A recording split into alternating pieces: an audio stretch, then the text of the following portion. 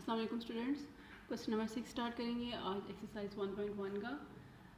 इस क्वेश्चन में आपको ये दिया हुआ है कि दो मैट्रिसेस आपको दी हुई हैं और उन्होंने कहा है कि ये आपके पास दोनों मैट्रिसेस इक्वल हैं। आपको यहाँ पे नज़र आ सकता है कि first matrix is equal to second matrix दी हुई है। यहाँ पे जगह कम थी तो मैंने इसको नीचे लिख दिया है, लेकिन ये दोनों इक्वल मैट्रिसेस दी हुई हैं और उन्होंने आपको कहा हुआ है कि जो आपके पास वेरिएबल्स हैं A B C and X Y Z, इनकी आपने वैल्यूज़ फाइंड आउट करनी है।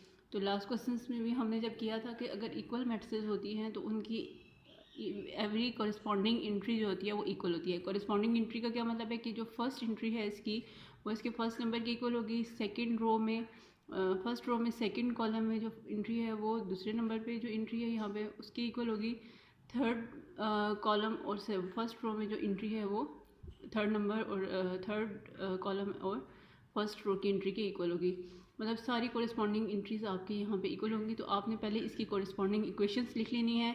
इसमें कुछ नंबर्स तो आपको बिल्कुल इक्वल दिए हुए हैं, जैसे -6 is equal to -6, corresponding values पे ये सेम दिया हुआ है, -21 इज इक्वल टू -21 और 0 एंड इज इक्वल टू 0। लेकिन इसमें आपको कोई वेरिएबल फाइंड आउट नहीं करना है, तो जिन वैल्यूज़ में आपने वेरिएबल्स फाइंड आउट करने हैं वो वाली वैल्यूज़ आप लिख लेंगे और उसके बाद हम उनको कोरिस्पॉन्डिंगली सॉल्व करके इन वेरिएबल्स की वैल्यू निकालेंगे। तो चलें इसको स्टार्ट करते हैं। सबसे पहले जो हमने करना है वो हमने इक्वेट करना है x+3, इसकी कोरिस्पॉन्डिंग वैल्यू यहाँ पे है 0, तो x+3 को हम इक्वल टू 0 करेंगे और हम यहाँ से सॉल्व करके इससे x की वैल्यू निकालेंगे।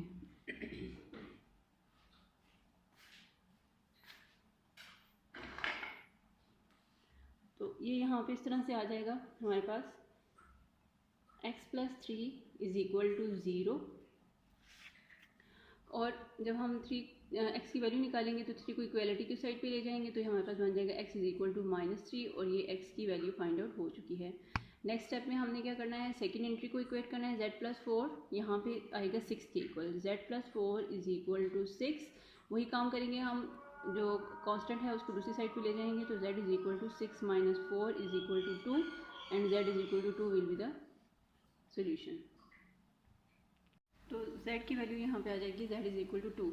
नेक्स्ट हम कंपेयर करेंगे यहाँ पे 2y - 7 और उसकी कोरिस्पॉन्डिंग वैल्यू दूसरी मैट्रिक्स में है 3y - 2। जब आप इनको साथ साथ मैट्रिक्स को लिखेंगे तो ये आपको बहुत आसानी से समझ आ जाएगा। 2y - 7 is equal to 3y - 2। अब आपने यहाँ पे क्या करना है कि आपने वेरिएबल्स को भी एक साइड पे करना है और कॉन्स्टेंट्स को एक साइड पे करना है। तो यहाँ पे ये वेरिएबल 3y मैं इस साइड पे ले आऊँगी और कॉन्स्टेंट को मैं इस साइड पे ले जाऊँगी, तो 2y -3y हो जाएगा। यहाँ पे पॉजिटिव साइन है, इक्वालिटी के इस साइड पे आके साइन चेंज हो जाएगा, -2 है यहाँ पे ऑलरेडी तो -2 ही रहेगा, -7 उस साइड पे जाके +7 हो जाएगा। और यहाँ पे हमारे पास 2y में से जब हम -3y करेंगे तो छोटी वैल्यू में से बड़ी वैल्यू माइनस करेंगे, माइनस का साइन आएगा जो बड़ी वैल्यू के साथ है और -1y बन जाएगा और 7 - 2 हमारे पास आ जाएगा 5। दोनों साइड पे -1 से डिवाइड करेंगे तो यहाँ से माइनस साइन रिमूव हो जाएगा और y is equal to -5y की वैल्यू आ जाएगी। अब 3 वेरिएबल्स हमारे पास कैलकुलेट हो चुके हैं। फोर्थ वैल्यू के लिए -6 के इक्वल है, ये ऑलरेडी इक्वल है। a की वैल्यू यहाँ से निकलेगी, नेक्स्ट कॉरस्पॉन्डिंग नंबर को हम इक्वेट करेंगे, a - 1 is equal to -3, a - 1 is equal to -3। इसी तरह से कांस्टेंट को आप इक्वालिटी की दूसरी साइड पे ले जाएं, a इज इक्वल टू -3 + 1 और ये हमारे पास आ जाएगा -2, a is equal to -2, a की वैल्यू फाइंड आउट हो जाएगी यहाँ से। नेक्स्ट आपके पास जो कॉरस्पॉन्डिंग वैल्यू है वो 0, कॉरस्पॉन्डिंग वैल्यू है 2c+2। तो आप इनको जब इक्वेट करेंगे 0 इज इक्वल टू 2c+2, तो आपने बिल्कुल वही काम करना है। कांस्टेंट को पहले आप एक साइड पे कर लें तो ये 0 - 2 हो जाएगा, मींस ये नेगेटिव साइन हो जाएगा इसका, क्योंकि यहाँ पे पॉजिटिव है, इक्वालिटी की साइड पे आके ये माइनस हो गया। -2 इज इक्वल टू -2c, दोनों साइड पे 2 से डिवाइड करेंगे क्योंकि हमने c की वैल्यू निकालनी है, तो 2 यहाँ से कैंसिल आउट हो जाएगा और c की वैल्यू हमारे पास आ जाएगी, c इज इक्वल टू -1। ये आपके पास वैल्यूज़ आ रही हैं, आप इनको मार्क कर लें, नंबर 1, नंबर 2, नंबर 3 वैल्यू, इसी तरह से नंबर 4, नंबर 5 और लास्ट है हमारे पास। अब यहाँ पे आपने कॉरस्पॉन्डिंग वैल्यू इक्वेट करनी है b - 3 और यहाँ पे आ जाएगा 2b + 4। तो कॉरस्पॉन्डिंग वैल्यू इनकी इक्वेट होगी तो ये बनेगा b - 3 is equal to 2b + 4। b की वैल्यूज़ आप एक साइड पे कर लें, आप b को उठा के इस साइड पे ले जाएं और 4 को मैं इस साइड पे ले आऊँगी तो ये -3 और -4 हो जाएगा, इक्वालिटी के साइड पे आके +4 -4 बन जाएगा और यहाँ पे 2b -b हो जाएगा। 2b के पॉजिटिव साइन है, ये पॉजिटिव b साइड पे आके माइनस हो जाएगा तो 2b - b जस्ट b आ जाएगा और -7 b is equal to -7 is number 6 value. और आप यहाँ पे ये भी लिख सकते हैं फ्रॉम इक्वेशन 1 2 3 4 5 6 हमारे पास जो वैल्यूज़ हैं एक्स वाई जेड की कैलकुलेट हो चुकी हैं, या आप इनकी वैल्यूज़ अगेन से लिख सकते हैं the values of A B C X Y जेड्स आर -3 और इसी तरह से कोरस्पॉन्डिंगली -5 -2 सारी वैल्यूज़ इनकी लिख के आप इनका आंसर लिख सकते हैं। यहाँ तक आपका आंसर क्वेश्चन ये सॉल्व हो चुका है। इसके बाद क्वेश्चन नंबर 7 सॉल्व करेंगे। क्वेश्चन नंबर 7 में भी आपको इक्वल मैट्रिसेस दी हुई हैं और हमने ए बी सी डी की वैल्यूज़ निकालनी है। आपको यहाँ पे जो इक्वेशंस दी हुई हैं वो इंटरमिक्स हैं, मतलब आपको दो इक्वेशंस में सेम वेरिएबल्स दिए हुए हैं। तो आपने इनको एक वैल्यू में से एक इक्वेशन को सॉल्व करके कॉरस्पॉन्डिंगली दूसरी में से उसकी वैल्यू निकालनी है। इसको सॉल्व करना शुरू करेंगे। सबसे पहले हम इनकी इक्विवेलेंट इक्वेशंस बनाएंगे। हमारे पास इसकी इक्वेशंस क्या बनेगी, a प्लस बी इक्वल होगा -1 के, b प्लस 2c इक्वल होगा b plus 2c is equal to 4 होगा, 2c plus d is equal to 8 होगा और 2a माइनस डी हमारे पास होगा 2a minus D is equal to 0। अब यहाँ पे आपके पास जो सबसे सिंपलेस्ट वैल्यू है, जो सबसे सिंपलेस्ट आप काम कर सकते हैं, वो आपने ये चीज़ नोट करनी है कि हमने ऐसी ही वैल्यूज़ पुट करनी है एक वेरिएबल की उठा के दूसरी वेरिएबल में, कि हमारे पास जो सोल्यूशन है थोड़ा कॉम्प्लिकेटेड बनने की बजाय थोड़ा इजी बन जाए। अब जैसे आप यहाँ पे अगर b की वैल्यू पुट करोगे तो ये हमारे पास जो वेरिएबल है ये b की वैल्यू यहाँ से निकाल के आप इसमें पुट कर दो तो ये हमारे पास वेरिएबल a और c में हो जाएगा, जो हम मज़ीद आगे नहीं सॉल्व कर सकते हैं। तो हम दो इक्वेशंस को पहले सॉल्व करेंगे, उसके कॉरस्पॉन्डिंगली हम आगे इसकी वैल्यूज़ कैलकुलेट करेंगे। तो सबसे पहले मैं यहाँ पे a की वैल्यू निकालने के लिए इस इक्वेशन को इस तरह से कर लूँगी, a plus B is equal to -1। तो b को अगर मैं इक्वालिटी की दूसरी साइड पे ले जाऊँगी तो a is equal to -1 minus B हो जाएगा। इसको आप इक्वेशन नंबर 1 कह दें। और सेकेंड इक्वेशन में आप यहाँ पे क्या कर सकती हैं कि b की वैल्यू निकालें और आपने यहाँ से b की वैल्यू निकाल के उसको यहाँ पे इक्वेशन में पुट कर देना है। तो सेकेंड आपके पास क्या आएगा, b plus 2c is equal to 4। तो जब हम b को इस साइड पे रखेंगे 2c उस साइड पे जाके -2c हो जाएगा, b -4 माइनस 2c, ये हो गया इक्वेशन नंबर 2। अब आप जब इस इक्वेशन के में से b की वैल्यू यहाँ पे पुट करेंगे तो आपका वेरिएबल a और c में चेंज हो जाएगा, लेकिन हमें a और d में चाहिए कि यहाँ पे नेक्स्ट सॉल्व हो सकता है। तो आप इसमें से c की वैल्यू भी निकाल के इसमें डाल के उसमें से वैल्यू भी निकाल सकती हैं, या आप इनको भी रैंडमली ऐसे ही सॉल्व करके इसको कैलकुलेट कर सकते हैं। हमारे पास जो इक्वेशन है, लास्ट इक्वेशन है हमारे पास 2a minus D is equal to 0। तो यहाँ पे आप आसानी से वैल्यूज़ की निकाल सकते हैं। 2a is equal to D आ जाएगा। आप यहाँ पे क्या कर सकते हैं कि इसमें a की जगह आप वैल्यू पुट कर लें जो आपने इक्वेशन नंबर 1 में फाइंड आउट किया। तो ये आपकी इक्वेशन b और d में चेंज हो जाएगी और आप इसके कॉरस्पॉन्डिंगली फिर आगे इसको सॉल्व कर सकते हैं। तो इसमें आपने a is equal to D की वैल्यू पुट कर सकते हैं और यहाँ पे आप b की वैल्यू जो आपने निकाली है इस इक्वेशन से b is equal to 4 minus 2c, इसको आप इक्वेशन 1 में भी पुट कर सकते हैं। इससे क्या होगा कि आपके पास जो इक्वेशन है वो 1 वेरिएबल में चेंज हो जाएगी। अगर हम इसको इक्वेशन नंबर 1 में पुट करें,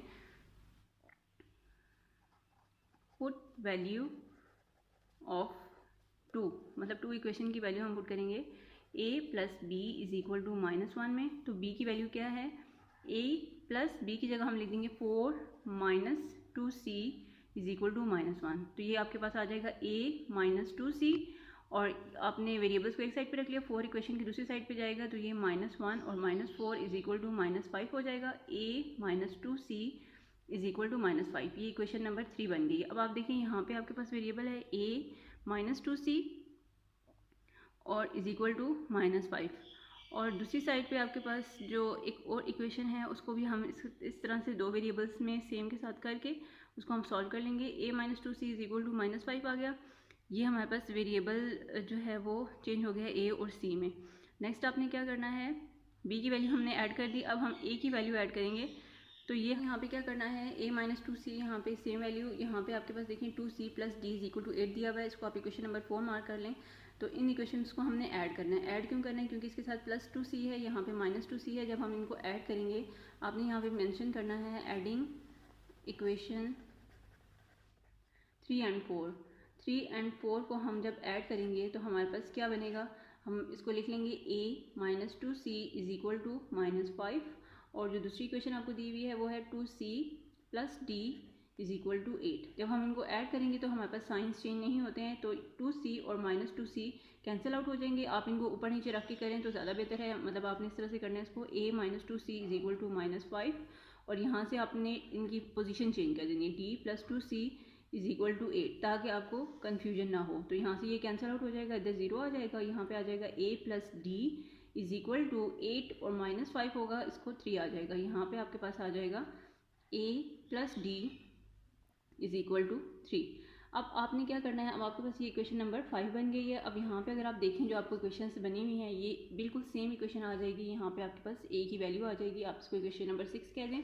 तो अब आपने क्या करना है, एडिंग इक्वेशन, क्योंकि यहाँ पे भी d के ऑपोजिट साइन है, -d और +d है, आपने इसी तरह के वेरिएबल नोट डाउन करने हैं। तो वेरिएबल आपके पास जब आपने लिखना क्या है, यहाँ पे एडिंग इक्वेशन 5 एंड 6।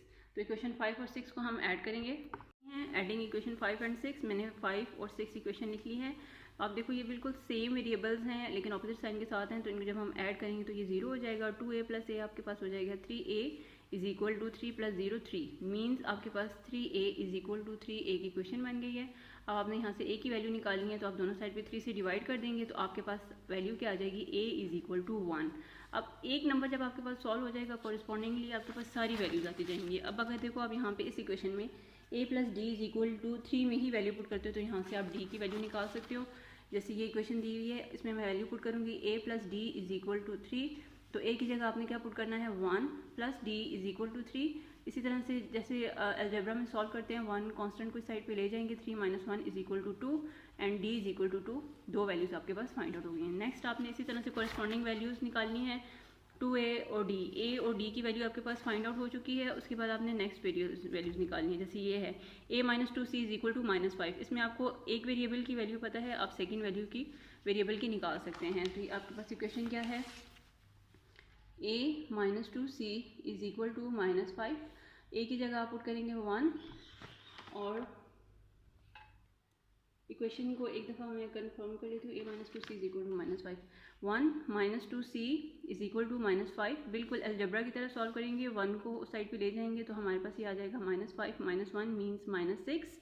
-2c और -2 से दोनों साइड्स पे डिवाइड कर लेंगे, क्योंकि हमने c की वैल्यू निकालनी है। तो c इज इक्वल टू 2 3 = 6, और माइनस साइन इसका कट जाएगा, c is equal to 3। 3 variables आपके पास आ गए हैं। अब फोर्थ वेरिएबल हम यूज़ करेंगे कि जिसमें हमारे पास c आ रहा हो तो हम b की वैल्यू फाइंड आउट कर लें। तो ये वैल्यू आप लगा सकते हैं, b is equal to 4 - 2c। यहाँ पे आप c की वैल्यू लगाएंगे, b is equal to 4 - 2c। c की जगह आपने वैल्यू लगानी है 3, और ये आपके पास आ जाएगा 4 - 6 is equal to -2, b is equal to -2। तो यहाँ पे आपके पास सारे वेरिएबल्स की वैल्यूज़ आ गई हैं। b is equal to 4 - 2c, आपको a b c d की वैल्यूज़ निकालनी थी, तो आपने यहाँ पे लिखना है hence a is equal to 1, b is equal to -2, c is equal to 3 and d is equal to 2। ये हमारे पास इनकी वैल्यूज़ आ गई हैं। तो यहाँ पे क्वेश्चन नंबर 6 आपका सॉल्व हो चुका है, और ये एक्सरसाइज भी सॉल्व हो चुकी है। अब नेक्स्ट एक्सरसाइज की तरफ मूव करेंगे। Thank you so much for watching.